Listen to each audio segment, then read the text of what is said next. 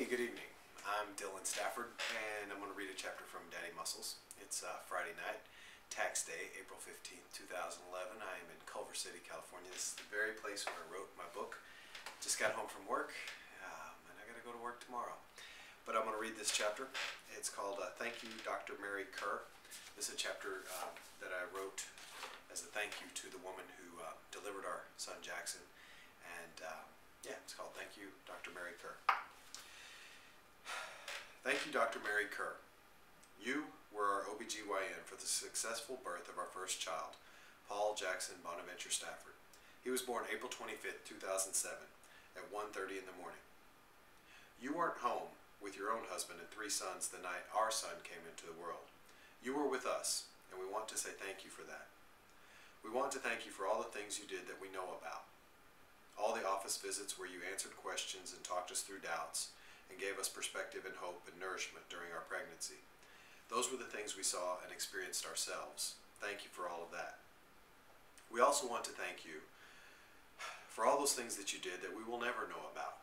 All the things you did along the way that culminated in you taking my wife across the hallway and conducting a C-section delivery of our son and a successful operation to put Marissa back together. Thank you for deciding to be a doctor. I don't know if you have doctors in your family or if you were the first one. Either way, somewhere back in high school or college, you decided to do this. I want to thank you for making that decision. Thanks for sticking with it. Biology and chemistry and physiology and internships and residencies and all of it. I'm sure there are easier things to study. Thank you for all those times you studied a little bit harder. Thank you for getting out of bed all those mornings to go and face those exams. Thank you for the lack of sleep you must have endured. Thank you for the trade-offs you made of leisure and friends and family. Those trade-offs that started way before our midnight rendezvous with you the night of our son's delivery. Thank you for all of that.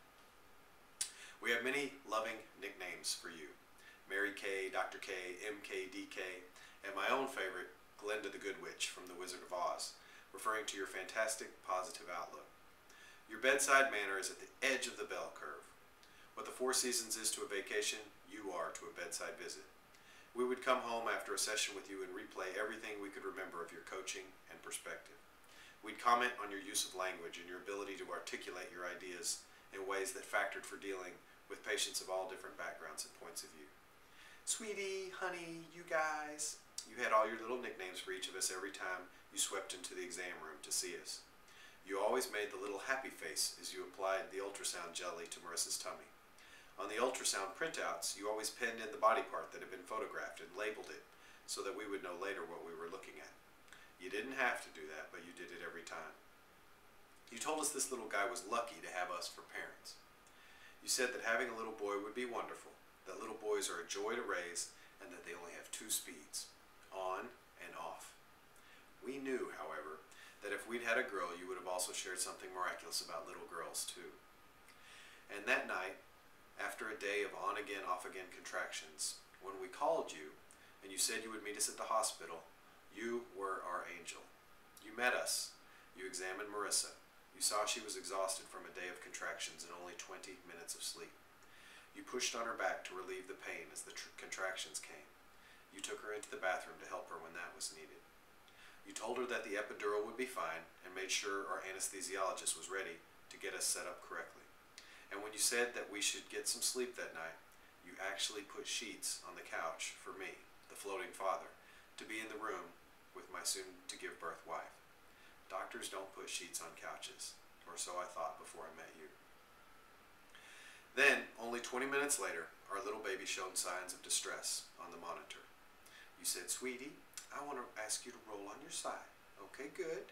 Now the other." "Okay, now I'm going to tickle the baby's head." "Okay, sweetie, we're going to take you across the hall to a different room. It's an operating room. Doesn't necessarily mean we're going to operate, but we think we can get a better picture of how the baby's doing over there."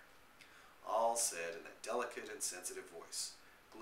Good Glinda spreading magic dust.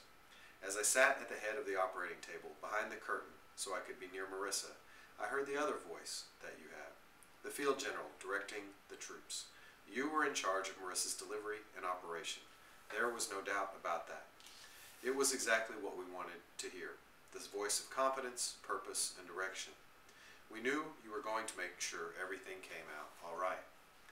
"Do you want to come see your son, Papa?" I heard someone say, and looked to see one of the nurses holding Paul Jackson in her hands. More questions followed. "Who's the redhead in the family? Do you want to cut the umbilical cord, Dad?" All while you kept operating on Marissa. When it was all over, and I thanked you in person, you said that your work was a joy, that you got to share very special moments with people. "These moments make the highlight reel," you said, using a movie metaphor to acknowledge what was definitely one of the greatest moments of my life. From behind the curtain, I heard Paul Jackson let out his first cry as you lifted him out of Marissa. I peeked over and saw his glistening body, so tiny and red. I walked over to the warming table where the 3 other attendants had taken him and were working on him. I glanced to my right and saw enough to know my wife's body was open on the operating table, her life in the balance. In that moment, I was torn between two totally distinct worlds. There was our new son and the joy of welcoming him into the world. And there was my wife lying helpless on the operating table, her life now fully in your hands. As I glanced from our baby to Marissa, it struck me that I am uninterested in living my life without this woman. Both of these in parallel, so huge, so enormous to me. My whole life in this operating room. And you were successfully running the show to its conclusion, fully in control of all of it. All in a day's work for you, all in a lifetime's memory for me. Thank you, Dr. Mary Kerr. Thank you for being the one to do it all. Thank you for making it look so easy. Thank you for your excellence. Thank you for your love.